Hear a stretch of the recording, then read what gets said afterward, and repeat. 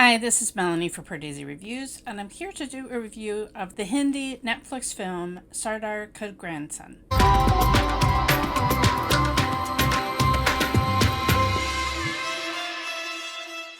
If you're new to Pardesi Reviews, I do film reviews and trailer reactions of Indian cinema. If you've watched me for a long time, you know that I've long been a fan of Arjun Kapoor. I think Two States may have been the first film that I saw him in. And I don't know, his last few films have just been okay. The promise that he had of Ishqazad and Two States, I don't know, I just haven't seen the same fire in him. I don't know. Now, Neena Gupta, I love her. Badhayo was so good. And then I had the pleasure of seeing the Last Color at the Chicago South Asian Film Festival. And that was an amazing film.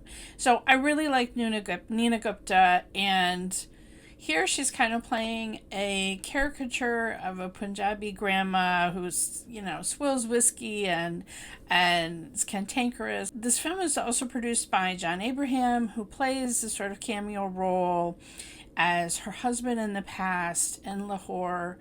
And then Aditi Hydari, who I absolutely adore, plays Neena Gupta's character as a young bride at the time of partition. The setup, if you've seen it, is that Neena Gupta's Sardar wants to go back to Lahore and visit the house that she had with her first husband. But because of an incident where she broke a bottle at a cricket match over the head of the mayor of Lahore, she is banned from visiting Pakistan. So her grandson, Arjun Kapoor, playing Amrik from America, goes to take the house physically from Pakistan to India.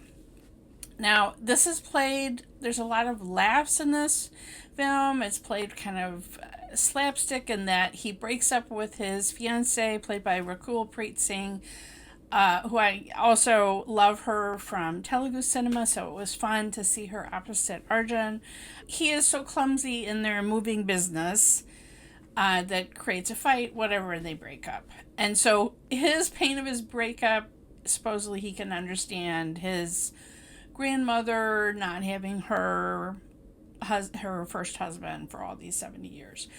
This film was okay. It was a time pass. I'm watching it on Netflix. You're going to watch it on Netflix. So I'm not telling you to spend a full movie ticket price to see the film. I'm just wishing that it had been a little bit more. There's, like this savvy street kid in Pakistan that helps him. And I just couldn't help think of other films that tried to create a warm feeling of cooperation, like Bajrangi Bhaijaan. Okay, I mean, that's the one that came to mind. Obviously, this is a grandma, not a little girl. Okay, I get that. But I'm just saying the same kind of wanting to create a warm feeling and cooperation between people from both countries is sort of similar. And I was thinking about how singular Nawaz Siddiqui's part was, and that there wasn't really a character like that. There was a lot of little sub-characters, but nobody that really stood out. Maybe, like I said, the young teen or the young kid that kind of just has a way to overcome any issue magically that they run into. Turn off the water, do this, turn off the power. I don't know. I just wish that you have this setup that it should have been so emotionally, so heartwarming, and it wasn't quite all there yet. I mean, Neena Gupta gives her all. The final scene where she walks into the home and she has all the memories, she sells that. But I don't know. It just didn't, I was thinking about Bajrangi Bhaijaan and how it married comedy and some slapsticky kind of scenes, but yet it had so much more heart. This film was written and directed by Kaashvie Nair, And I think she had done maybe a television documentary or something before, but as far as I can tell, I think this is her first feature length film.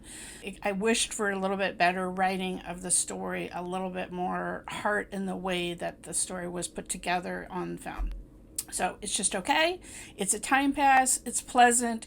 It's one you could definitely sit down and watch with your grandma because there's nothing super offensive about it or super violent or anything. Let me know if you happen to see this film, what you thought about it. Let me know in the comments below.